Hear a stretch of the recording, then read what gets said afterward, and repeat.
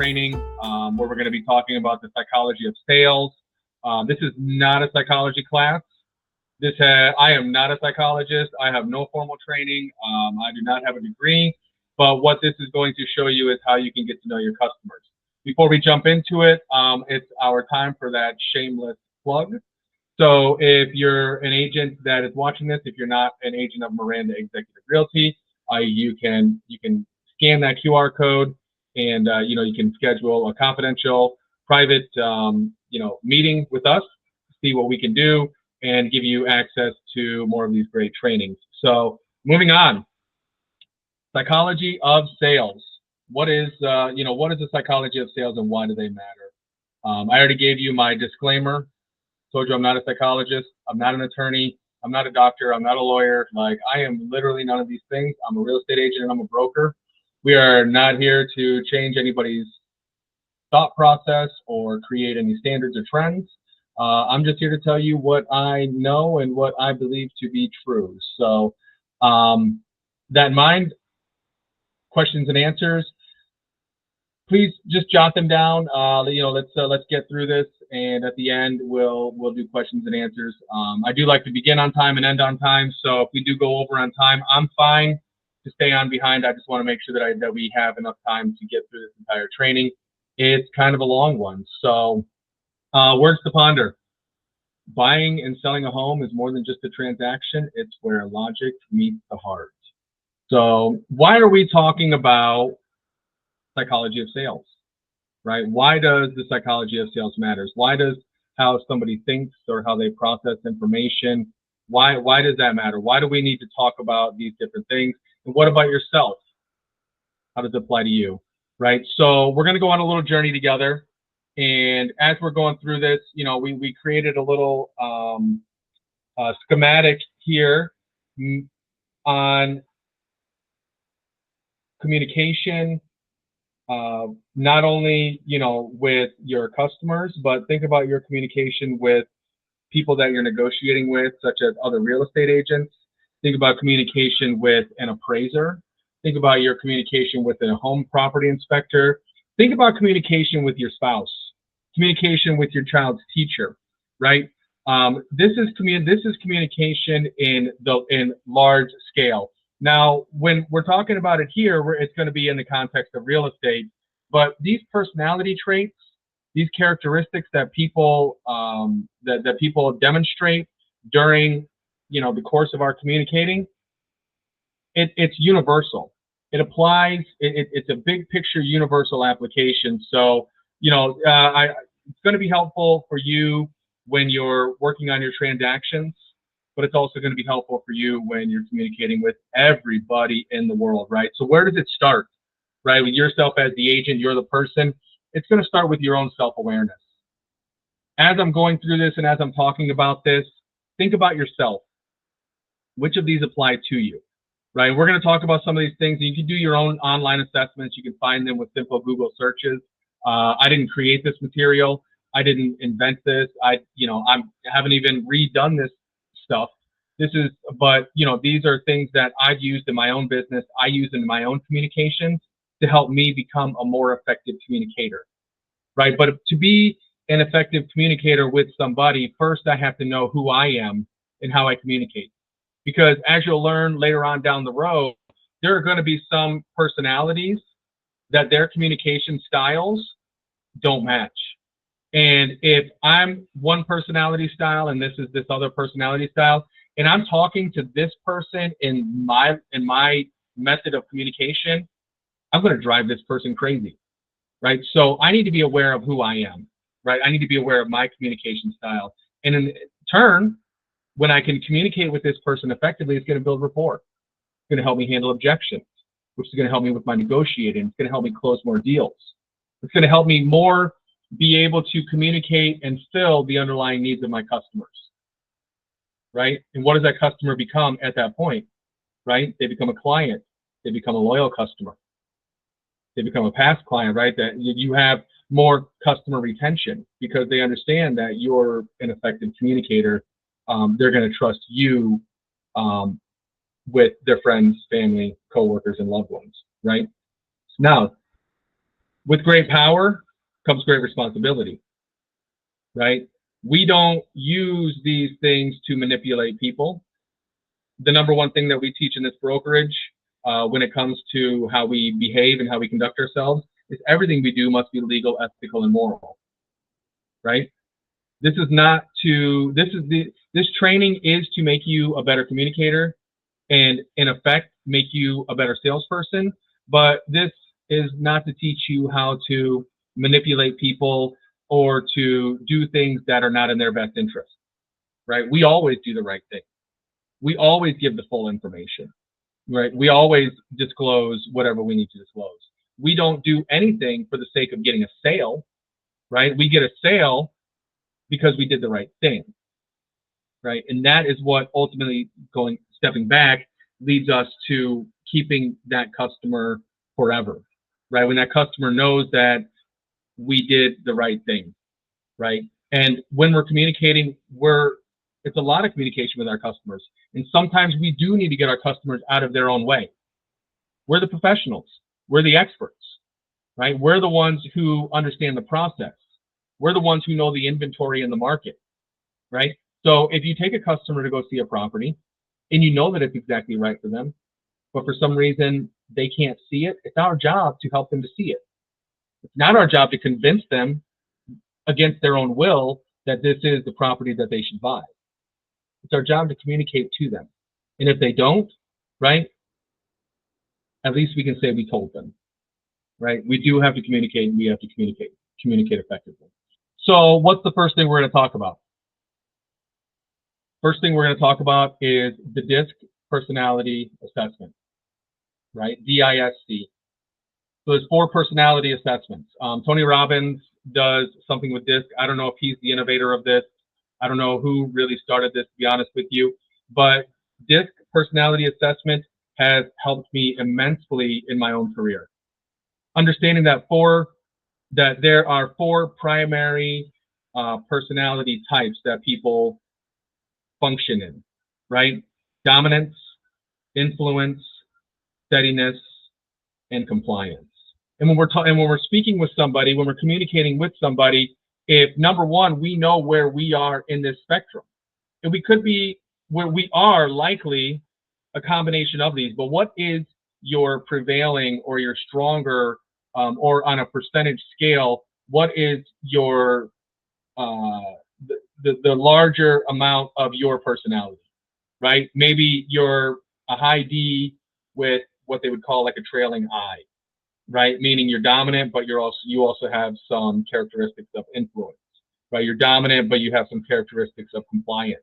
Maybe you're a little bit of all of them, right? Maybe you're just like this balanced person, right? So as we're talking about these, think about yourself and which one is your strongest characteristic.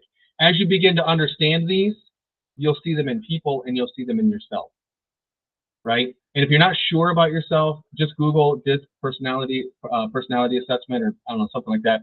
Google will figure out what you're trying to say and take your own test, right? See what you are. It's going to ask you a series of questions with 4 answers, and those 4 answers are going to tell the program or whatever what you are. It's going to kick out your answer. You need to know where you are, number one.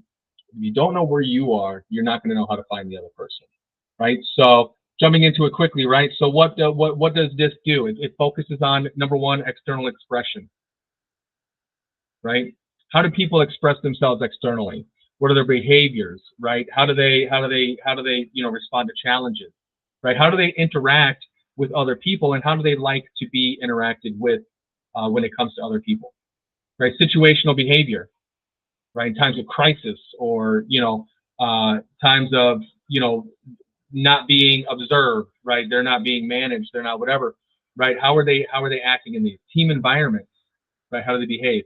Predictable patterns. This is huge, right? You need to know predictable patterns in people. This customer, I worked with them 2 years ago. They bought a house. They had to see 19 houses before they finally decided on one. I knew that the very first house that I took them to was the right one for them, but they had to lose that house in order to learn that this next house was the right one. right? Predictable patterns. People are more predictable than we think. Why? Because their minds work in a certain way, right? And then communication style. This is really what it boils down to. Understanding their external expression, situation, behavior, predictable patterns.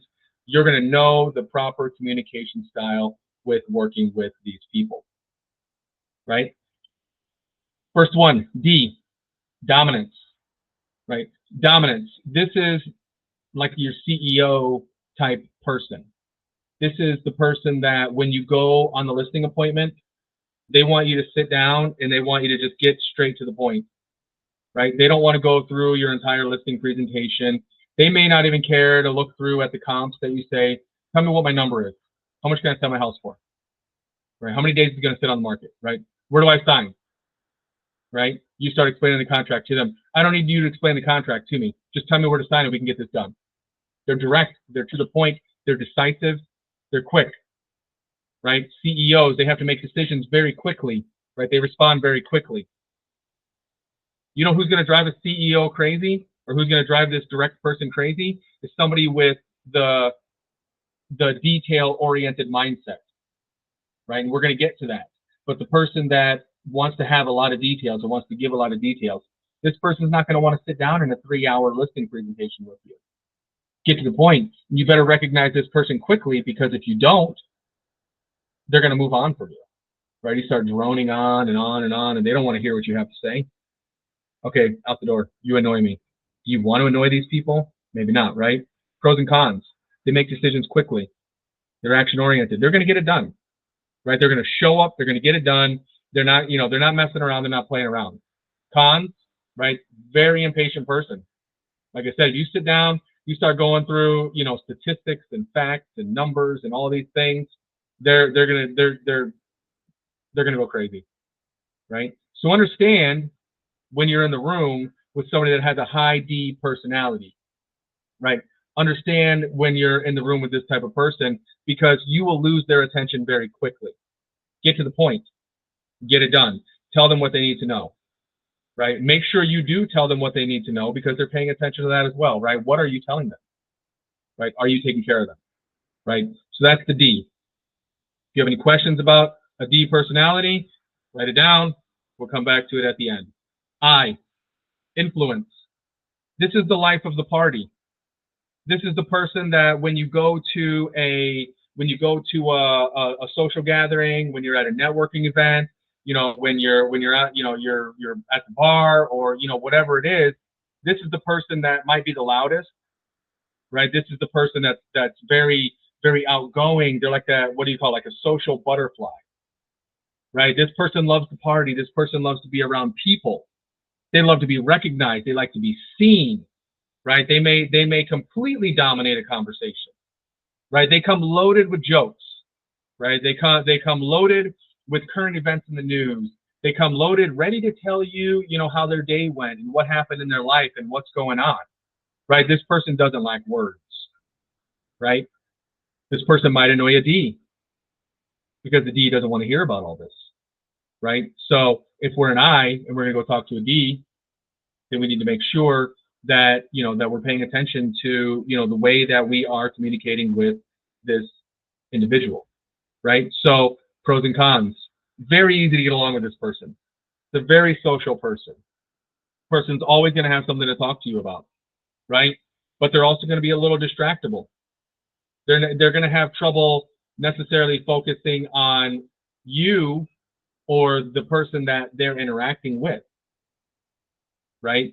So an I person, right, you might show up, this is the person that you show up at a listing appointment, right? And they're very talkative. They talk about the kids, they talk about the grandkids, they talk about, their job, their work, they're funny, they're charismatic, they're energetic. They might offer you a beer, right? They might offer you a margarita, right? During the listing appointment, they're kind of like, they're having little side conversations, and they have trouble kind of staying on task, right? Keep them on task.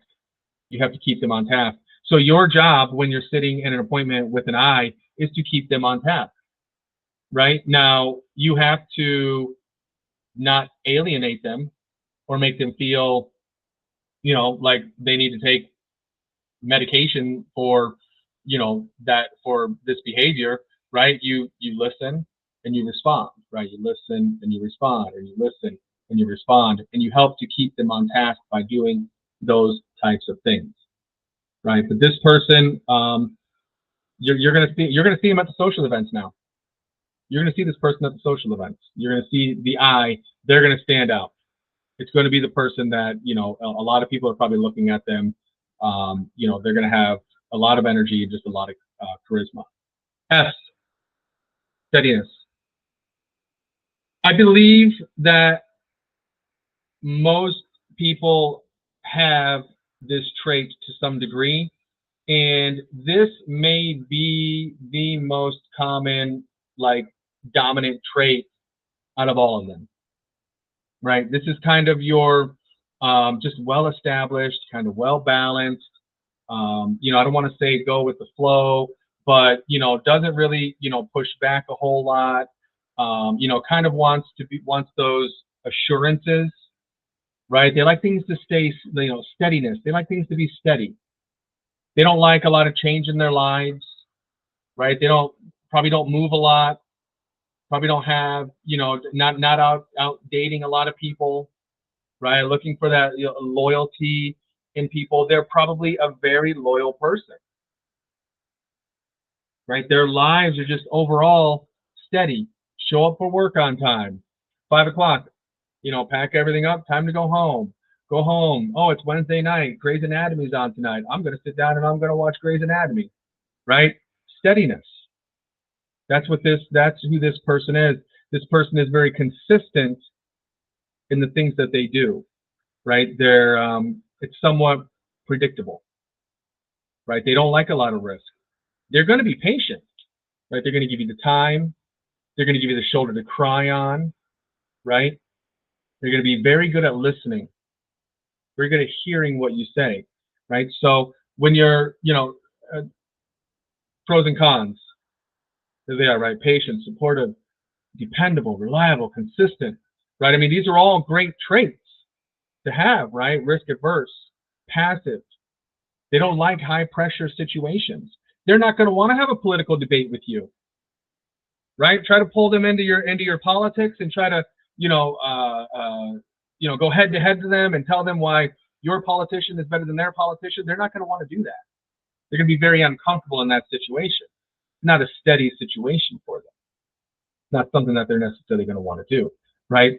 So this person, you're going to have to hear their needs, and you need to be a good listener for this person, right? You need to show up for this person. This person needs to know that you hear what they're saying and that you're acknowledging what they're saying. You're acknowledging, what their wants are. You're acknowledging what their needs are, right? They're going to need to feel heard. You're going to have to take the time with them, comfort them, help them to know that they're making the right decision, right? Take the risk out of this decision, right? Great communication. I don't want to necessarily say a lot of detail, but they're going to really love if you have a plan, right? Here's the plan. Here's how we're going to do this. And if this happens, we're going to do this. You might speak a little softer with them, right? Your tone might get a little bit softer with them. You might soften your facial expressions a little bit for this person because that's what they're going to want. They're going to want to be spoken to gently and softly and calmly, right? What's the next one? C, compliance. This is like a CPA, man. They like details, right? Like if you're not high in this trait, you probably ain't going to make it as a CPA, right? Like these people want a lot of details, facts, figures, statistics, systems, like everything for them. Their minds are like a filing cabinet, right? Or their minds are like a spreadsheet, right? Like an Excel spreadsheet. They want to. These are the people that literally make the Excel spreadsheets. Mr. and Mrs. Seller, Mr. and Mrs. Buyer. You've got 9 offers on your property, and I made this spreadsheet. Look at my spreadsheet. right? And here's all your asking prices, and here's the deposit and down payment. Here's the closing date. This is their name. This is the name of their children. These are their pets, right? They're going to give you so much detail, right? There's just going to be so much detail. So, when you go on a listing appointment with one of these type of people, you're going to have to take the time. You're going to have to go through the contract, right? And you better figure out how to go through that contract quickly. Otherwise, you're going to be there for hours, right? But you're going to have to go over that contract with them. You got to go over the numbers with them. They might want to hear about your marketing plan. What are you going to do if this happens? Or what are you going to do if this happens? They might have a lot of questions, right? So maybe statistics, right? How long is my home going to sit on the market? How long is the average single-family house in Broward County sitting on the market, right? Why do I need to do this? Why do I need to do that, right? They're extremely, extremely detail-oriented, meticulous, analytical, right? So, when you show up for that, if you have a D-style personality, or maybe even an I-style personality, you may not fit in with this person. You may not fit in with this person, right? So this is where your own self-awareness comes in, right? So that's your DISC. Dominance, influence, steady, compliance. That's your DISC. Number one, you need to know where you're at in that spectrum. And then number two, when you go on an appointment with the customer, or you have to be prepared to communicate with somebody, whether it's another agent, whether it's even your spouse, you need to know what's their personality profile so that you can now be a better communicator. When I go on a listing presentation, if I don't know the personality of that individual, I come prepared for everything, right? We're winging it. We're winging it. But I'm ready for the C-type person no matter what. I've got my statistics ready. I'm ready to explain the contract. I might have some type of spreadsheet that I put together for them. I might show them the last, 100 sales in the neighborhood, and here's, the breakdown on, why we're only going to focus on, on these 7. And then on these 7, here's the breakdown on, day on market, price per square foot, this. Here's my thought process, right? But I'm also prepared to skip all that, right?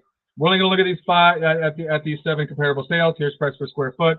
My opinion, median price is here. Your house is probably going to fall in that range. We should list it here, and it's going to sit on the market for about this many days, and we should be good. Sign here. Boom, boom, boom, boom, boom. Right? You need to be prepared for all of these. The steadiness is going to have more questions for you, probably.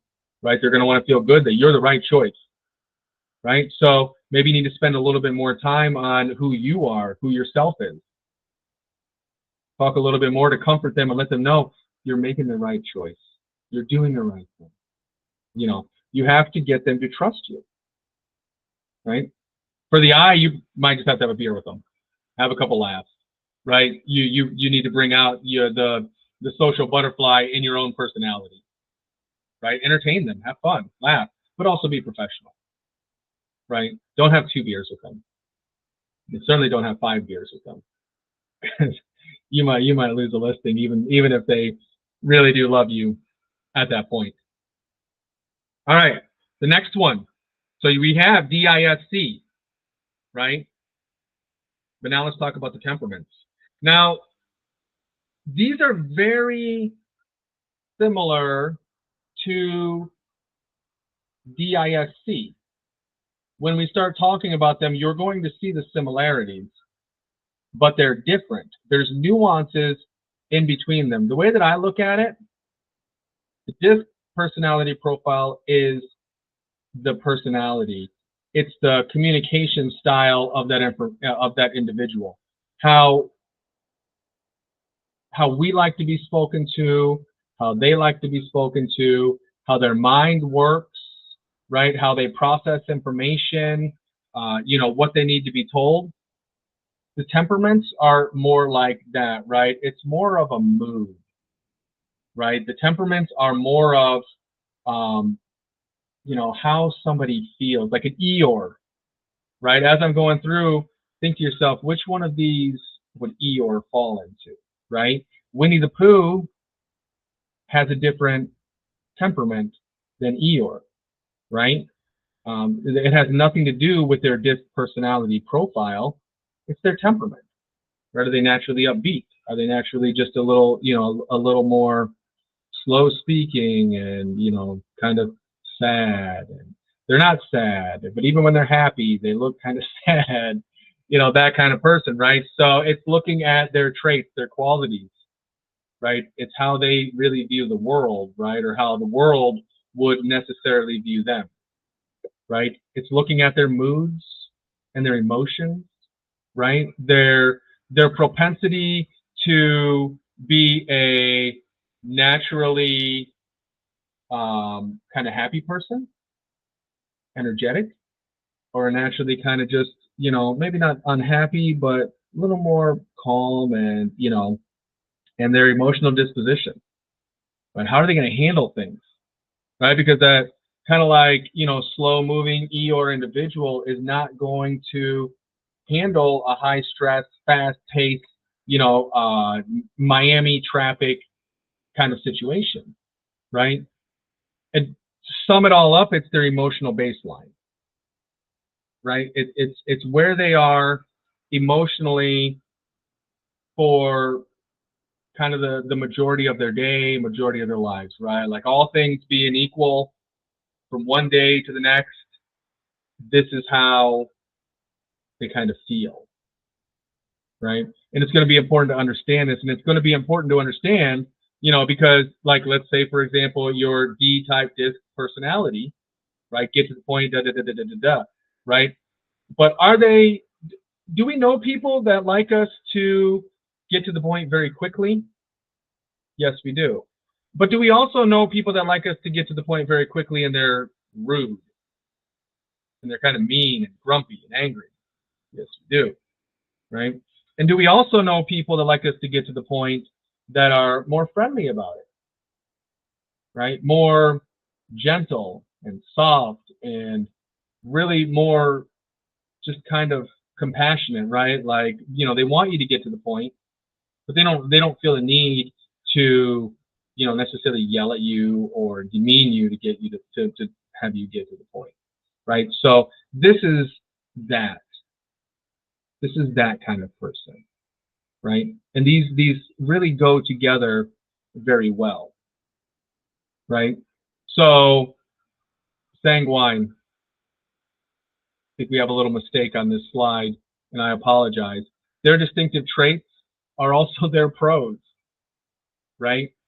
They're a very charismatic person, right? They're going to be optimistic, right? This is going to be the person that, they're going to err on the kind of, happier, kind of floating kind of side, right? They're going to be easier to talk to when you're communicating kind of back and forth with them, right?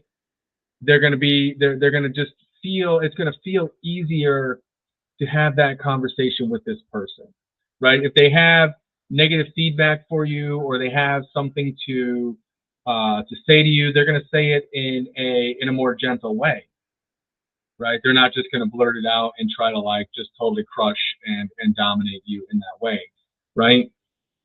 Which this one is somewhat similar to the I personality, right? Because they can be disorganized, they can be impulsive, right? They're easily distracted,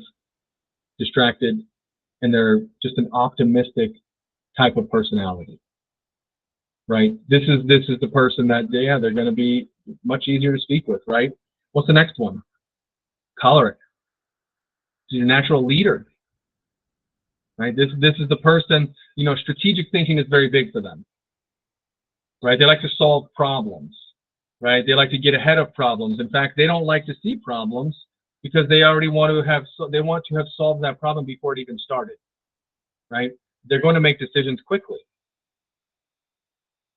right? But they can also be impulsive and overbearing, intolerant, right? So this person can be a little on like the gruff kind of side, right? They might get to the point and they may come off as a little bit rude while they're getting to the point, right? Again, This is like your D style personality, but this is the mood of that D style personality, right? So your D person, right? Again, that wants you to get to the point very quickly. There's people that are going to be more kind and gentle about it, and then there's going to be people that are going to be a little more harsh, a little more, difficult to deal with, right?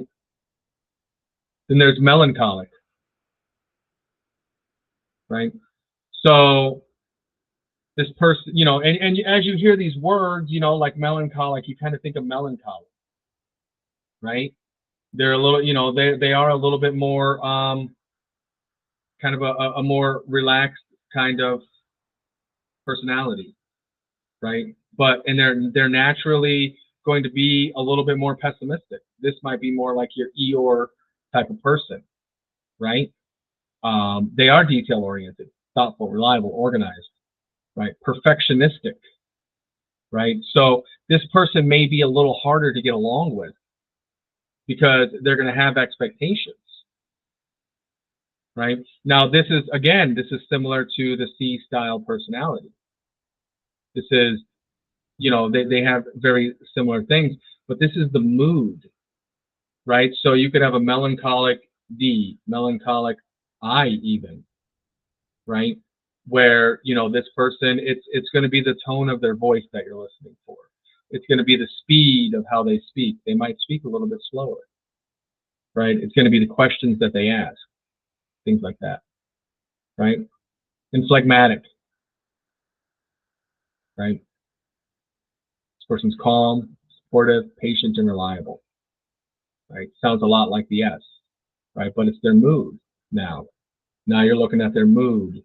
You're looking at, this person is, they don't make, they're not a highly emotional person, right? You're not seeing them getting worked up quickly, right? You're not seeing them, they're not a highly emotional person necessarily, right? You would see them in a high stress situation, and they might handle it very, very well, right? No, it's what it is, right? Nothing I can do about it. Not going to make a mountain out of a molehill, right? Those kind of things. So, so as you're going through, you want to be aware of these 4 personalities and these 4 characteristics, right? These 4 traits that people would have, right?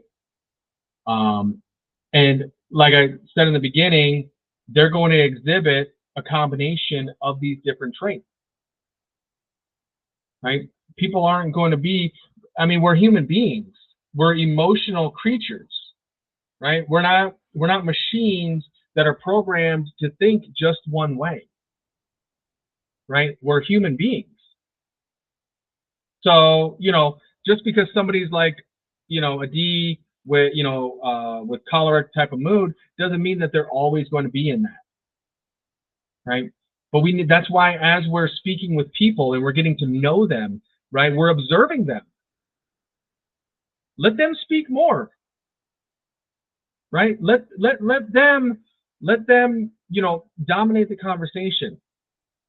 Watch for certain patterns and certain behaviors, right? Find out, what is, what dominates their language, what dominates their body language, their words. How do they speak? They speak quickly. Do they speak slow? Right? And then focus on that, right? And then once you kind of figured out this person, now that's how you're going to speak with them. You might get off the phone with one person and you speak to them this way, and you get right on the phone with this other person over here, and you speak to them in a totally different way, right?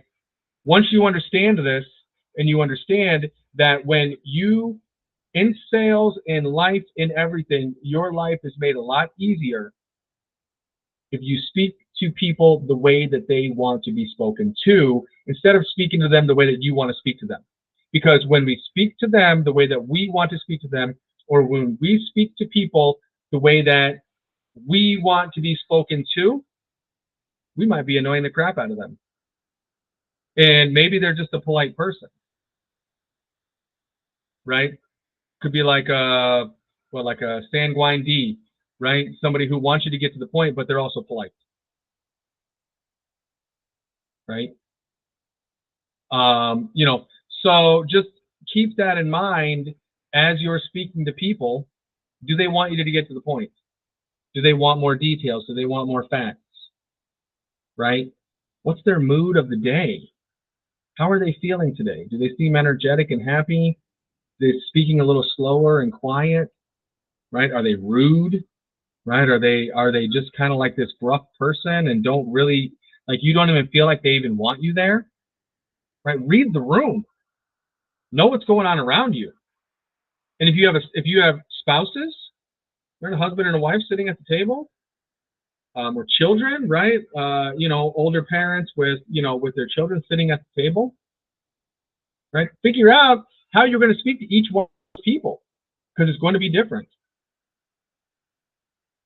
It's going to affect your business. It's going to affect what's going on. It's going to affect other agents wanting to even work with you as an agent, right? Because if you come off as sloppy and disorganized, they tell you, make sure you send over your buyer's pre-approval letter. I don't want a pre-qualification. I want a pre-approval letter, right? And then you don't even send anything with your offer.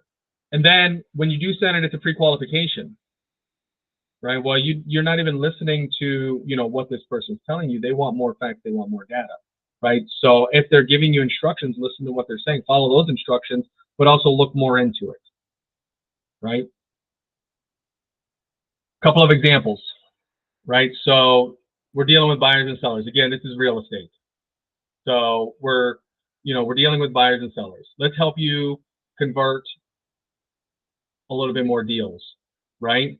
These slides are really here for later on. I'm not going to spend a lot of time on these slides, but to the agents of MX Realty, when you go into agent resources, these slides will be there for you so that you can kind of just get to the point with the different personality types and how you should respond to them, right? Just quick, man. Be their friend, right? Have fun, laugh, right? Entertain them, be entertained. Take some time with them, hang out, become their friend, right? S, assure them, give them assurances, many, many assurances, right? Help them feel comfortable and calm and, you're the right choice. C, just give them a crap load of facts, man. Give them more facts than maybe even they want, right? Spend the time, be prepared. If you walk into an appointment at a C and you don't have statistics with you, you might be screwed, right? The temperaments, right? Sanguine, talk about the house, right? Excite them. Charming house, right? Manage the expectations. Choleric, clear, assertive strategies, right? Here we go, here we go, here we go, here we go, right? Melancholic, give them a plan, right? Communicate frequently, right? Don't wait for them to call you and ask for the update. Give them a lot of updates. Give them a lot of communications. Phlegmatic, right? Keep it simple. Don't overcomplicate things for them, right? They don't want that. Easygoing, stress-averse individuals. So don't make things more stressful than they need to be, right? Again, these are here. Look at these before you go on appointments, right? Before you go on a listing appointment, look at these and understand these and understand when you're speaking to this person, figure out what they are, right? Figure out where their personalities and their temperaments lie. And when you figure that out, you will become a much better communicator with these people, right? Communication is key in sales. Communication is a cornerstone in sales. It is one of the most important things. If you are an effective communicator, if you can convey a message to somebody, your job as a salesperson is going to be that much easier. Because if you cannot convey a message, if you can't take this piece of information and give it to somebody exactly how they want to hear it, your job's going to be a little bit harder, right? Because you're going to annoy them. And then you're going to call them up and they're going to be like, oh, I already bought a house from this agent that actually listened to what the crap I said, right? It's going to happen. No people. Buyers. Same thing, right? Same people. Buyers and sellers, they're the same people, right? They have the same personality traits, right? There's only going to be a few, right? So buyers, here's how you're going to interact on the DISC scale with the buyers. Once you've analyzed this person, right? You've observed them, you've analyzed them, you've kind of figured it out, who they are, how they want to be, how they communicate with you, how they take the information that you give them, right? Communicate to them in this style, right? A D is not going to spend a lot of time in a house.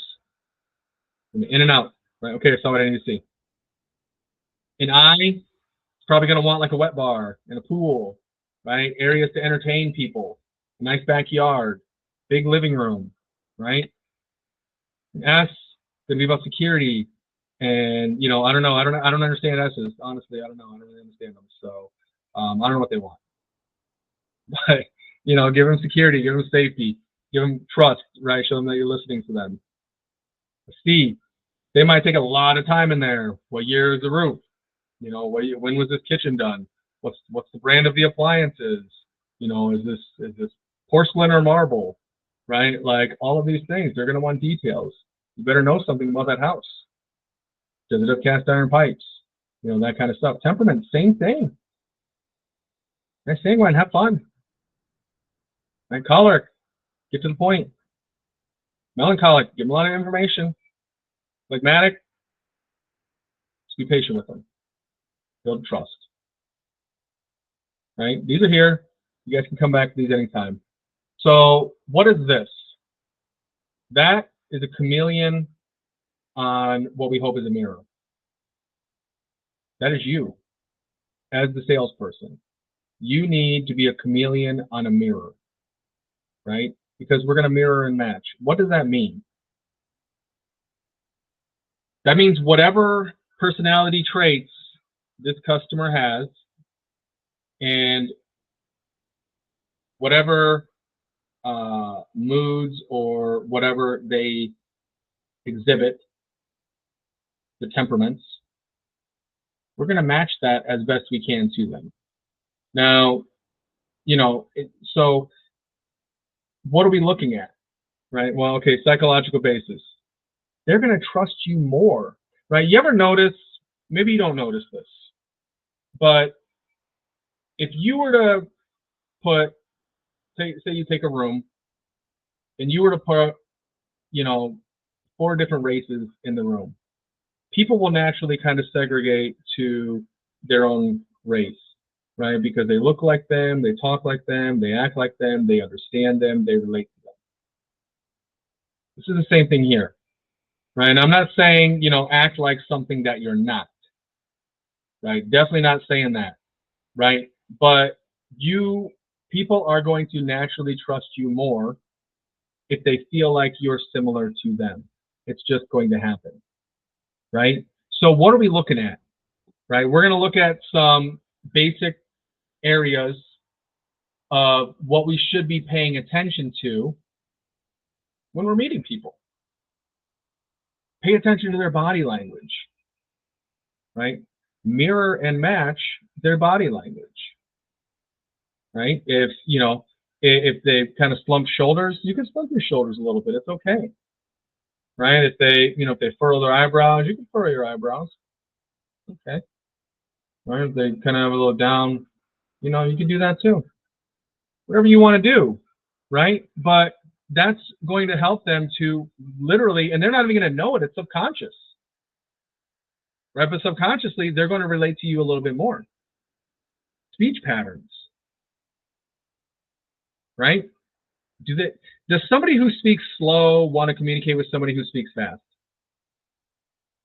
Or does somebody that speaks fast want to communicate with somebody that speaks slow? Probably not. Just the speed of your words. What about the tone?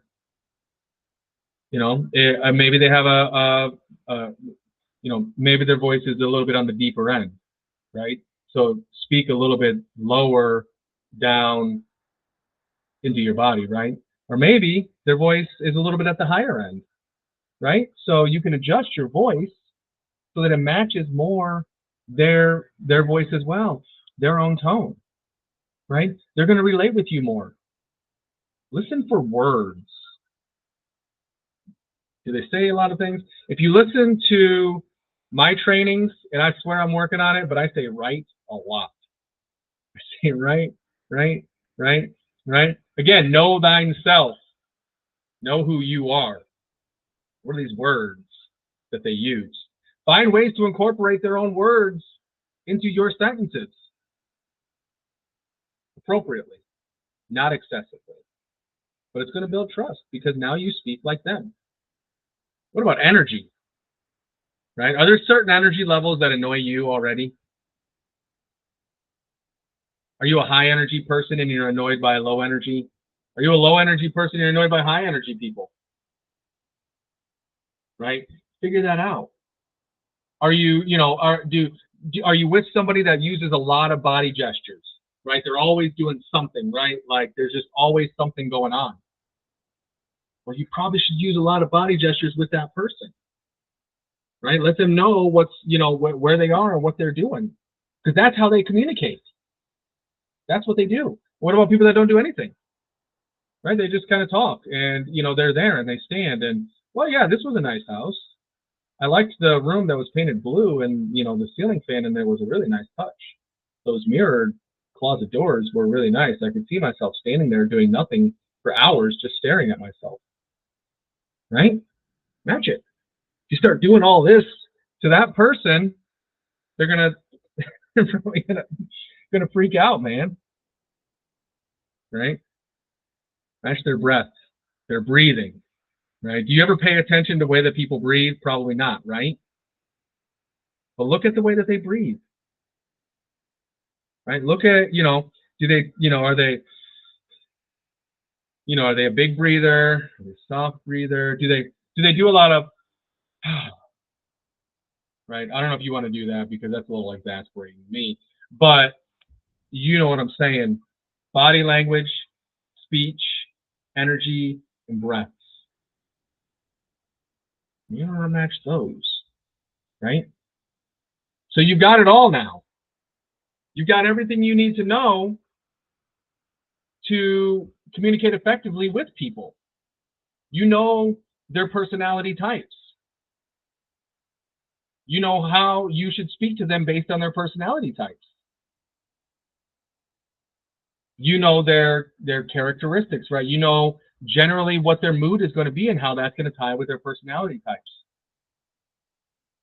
And you know that you should match that because you're going to speak with people the way that they want to be spoken to. A word of caution. Don't be fake. Right now, I'm telling you to mirror and match. Right? So they cross their arms, you can cross your arms. Right? And that's fine. But if people catch you trying to be fake, this whole thing is going to blow up in your face. Don't be something that you're not. Still be yourself in all of this. You're saying the same words. You're giving the same information. You're giving the same value. You're still the same person, right? We're still working legally, ethically, and morally. It's not about changing who you are, not about changing your values or your principles, not about manipulation, right? It's about knowing that you are the best agent for the job and knowing how to communicate effectively to this customer or even to the other real estate agent on the other side that you're the best agent for the job, right? Because is it important to have a good relationship with the agent on the other side of the transaction? 100% yes. Literally 100% yes. Right? And if you can communicate effectively with the agent that's on the other side of that transaction, if they get multiple offers, that agent might push your offer just a little bit harder because they like you. Why? Because you communicated with them effectively. They know you heard what they said. And because of that, they have confidence in you as an individual to get this deal from contract to closing. So pay attention to people. Pay attention to these things as you're speaking to them. Pay attention to these things as they're speaking to you. And put this stuff into action. Final shameless plug, and then we're going to wrap up here. So for anybody that's in this training that would like to learn more about Miranda Executive Realty, we do a lot of these trainings. We give a lot of resources that goes with these trainings.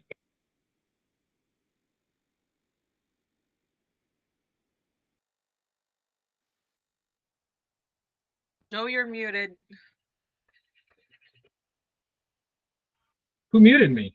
Nobody wanted to hear what I had to say. Wow. All right, scan the QR code. If you're not an MX agent, and we can book a private one-to-one meeting, and we can talk about more about this and more about the things that we have to offer. And then you're going to get all of the different attachments and all the different stuff that comes with all of these trainings. So I appreciate everybody coming through. Thank you, everybody, for showing up. We're not done yet, but just keep in mind our next Ask the Broker is August 27th. So we do these every second and fourth Tuesday of the month.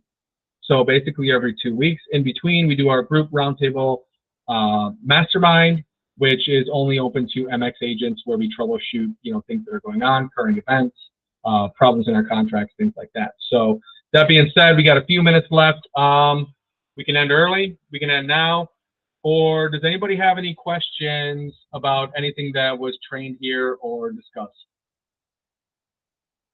Any questions? Charlene? Hi. Hello. There's some people that curse a lot. So how do we go by that? I I don't like didn't. I don't like when people curse a lot.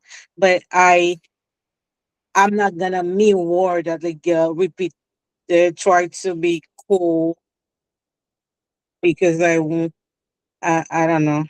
Yeah. No, that's a really good observation. You're right. There are people that swear a lot, where every other word out of their mouth is a swear word.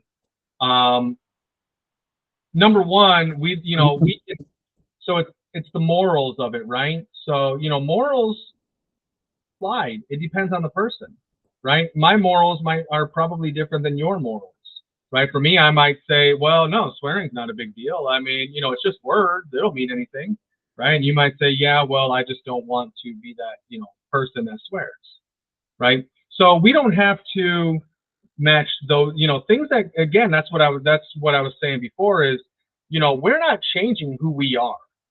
There's no internal change about who we are. So yeah, if naturally in our speech where, we don't swear, or naturally in our speech, we don't do certain things, then we wouldn't do it here either, right? We wouldn't add, swearing into our language just because the other customer does, right? Now, maybe we're the type that now, on the flip side, if we're a person that does naturally swear a lot, right? And we're around people that we observe never swear, never anything, that's where we need to be extremely cautious. Because if you're talking to somebody that just doesn't curse, they don't swear, they don't say negative things, they don't, put people down, if we go in and we have this, cursing and swearing and, just start talking about all these different things, we're probably going to lose them as a customer because we're going to make them uncomfortable. We're going to alienate them.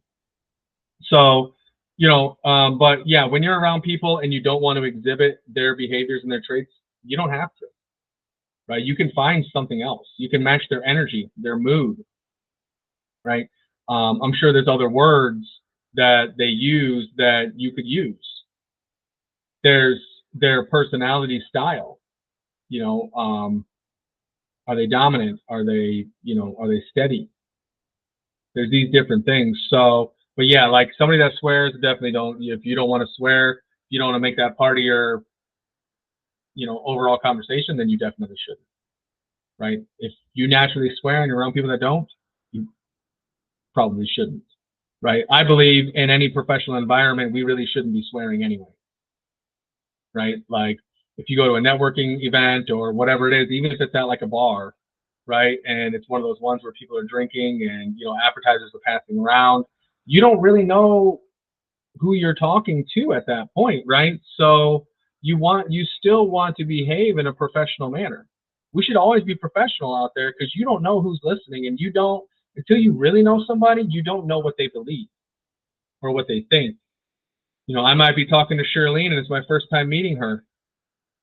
If I start saying all kinds of swear words and all these things, she's going to naturally just be like, there's no connection here, right? Why does he feel the need to say these things so excessively, right? And for a lot of us, these things are innate. They're already built in. We already understand these things, right? Some of them are, common sense, social behaviors, social patterns, right? And we already do it. Hopefully there was something here, that can help clarify just a little bit more. Does that answer your question, Shirlene? Yes, thank you. No problem. Does anybody else have any questions or even thoughts? Do you guys have any opinions? Is there anything that I missed? Are there any personalities or characteristics that, that we should talk about? There was one more thing we were going to talk about. It was programming, your programming of your mind. But it was more individualized, and we really don't have time to do it, so we skipped it. But we'll do it. We'll do it later on down the road. We'll do another one of these with some different I don't know what's the word, like different things for people that you can relate to them to help understand them better. If that made any sense, I apologize if it didn't. So any other questions, thoughts, observations? Awesome. Glad it was crystal clear. All right, well, I hope it helped. I hope that, again, for the agents in MX, go back, look at the slides before you go on appointments, study those and figure out when you're sitting across the table or you're standing across from somebody and you're speaking with them, to figure out what their personality type is. And then speak to them the way that they want to be spoken to. And then mirror and match them in their behaviors and their patterns. And see if it helps. I think it does. I think it helps a lot, actually. It's going to build trust, and you didn't really have to do anything, right? And then always be a trustworthy person. Never use these things to try to get somebody to do something that you know that they shouldn't do. Sell a house that you know they shouldn't buy, right? Follow through on a contract that you know that they shouldn't follow through on. Make sure you always disclose everything. Make sure you're always legally, ethically, morally out there interacting with people, because your reputation will precede you. And we want customers for life. We don't want to do one deal with somebody. We want to do every deal. And we want their friends and their family and their coworkers. We want everybody, right? So sometimes the right thing to do is to give them your honest opinion that this one may not be the right one.